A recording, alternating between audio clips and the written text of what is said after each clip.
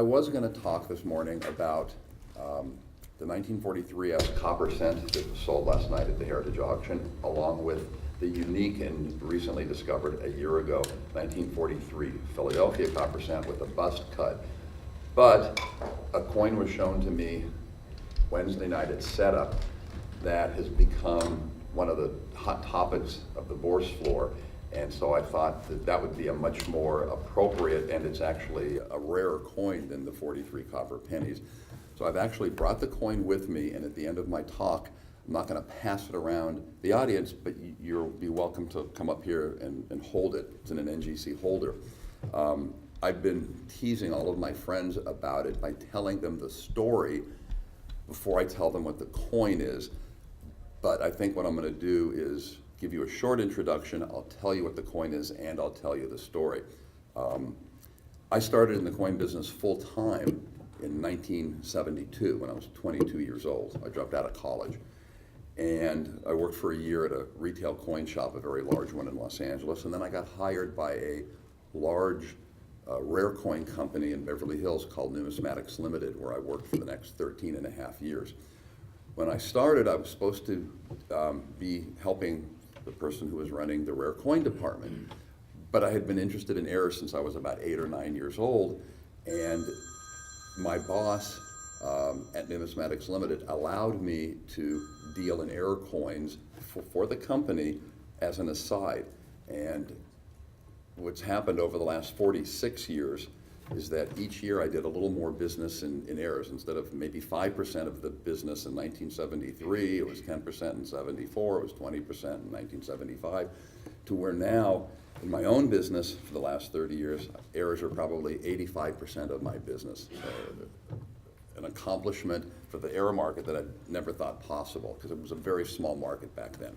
So I worked at a retail coin shop for a year, get a job in January of 1973, this company in Beverly Hills, and one day the rare coin department gets a mimeographed flyer, because that's all they had at the time, from a very well-known dealer at the time called Saul Kaplan. He was an old-time coin dealer in Cincinnati, and he was on par at the time with Abe Kossoff, or Jerry Cohen, some of the old guys, Ben Stack from Stacks.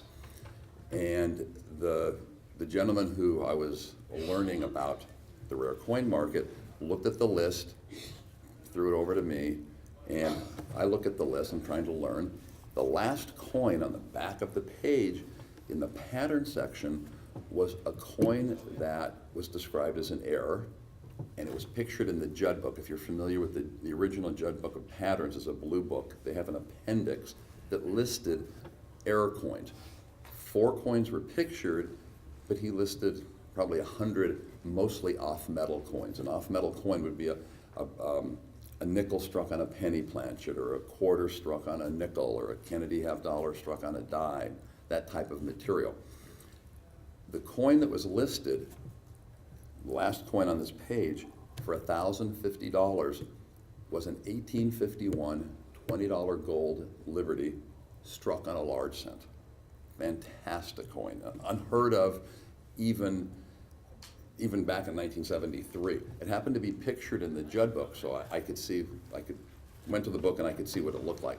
So I asked the owner of the company, his name was Harry Gordon, can I buy this coin? And he said, can you sell it for a profit? And I said, I don't know, but I know it's a great coin. So he allowed me to buy the coin. So I bought this coin for $1,050, and I sold it for $1,500. A few years later, I bought it back from the collector for $2,500, and I sold it for $3,500. A few years after that, I bought it back for $5,000, and I sold it to the collector who has owned this coin for the past 40 years. I sold it to him in 1978. And as a coin dealer, you can't regret selling a good coin, because that's your business, you buy and sell. If you collected what you dealt in, 2 things would happen, which I realized in my 20s. You'd either run out of money buying coins that you ran across as a dealer for your own account, or you, in my case, I would take the profit away from the company that I was working for. So the boss let me put away a few coins every year. I couldn't afford to put this coin away anyway. The significance of an 1851 $20 gold piece struck on a large cent is unbelievable. There's one other that I'm aware of, gold coin struck on the wrong planchet. It's an 1868 $2.50 gold piece that since the 1880s has been considered a pattern coin, and it was just relatively recently, maybe 10 or 15 years ago, discovered to be struck on a 3-cent nickel planchet. But it's pretty much the same size. If you look at the diameter of a 3-cent nickel and the diameter of a $2.50 gold piece, they're almost the same. So the coin was basically fully struck, so everyone thought it was a pattern. Up until that coin, this was considered, and basically still is, the only off-metal gold coin. The largest denomination struck on the second smallest. There were half cents. What's fascinating about the coin is that instead of being dated in the 1890s or the most common date, 1904, it's 1851 of the second year or third year if you don't count the unique 1849 $20 gold piece that was struck. So this collector that I sold the coin to for $8,000 in 1978 has had the coin for 40 years. I've thought about the coin. It's only one of 3 that I've ever regretted selling. Luckily, one of the other 2 I managed to buy back in 2010 that I sold in 1974. That was pretty good to recover a coin almost 35 years later. So I had not seen this coin, but I always thought about it because it's a spectacular coin. So Wednesday night at the setup, the collector who has the best collection of wrong planchet or off-metal coins in the world, his name is Mark Liderman. He's also a member of FUN. He's got a fantastic collection. Nobody has anything close to what he has in wrong planchets or off metals. He shows me the coin, and I started having heart palpitations because, again, it's been 40 years since I've seen the coin.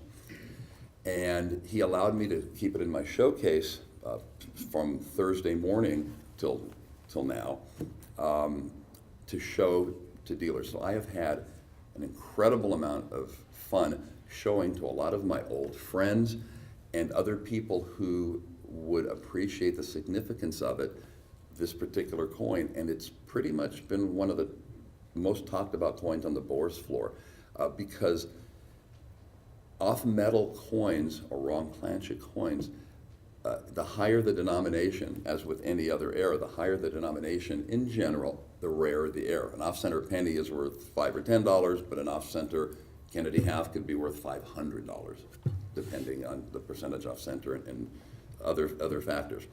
So to be able to have seen and handled a coin that you sold 40 years ago and haven't forgotten about is almost like rediscovering your first girlfriend or your first love.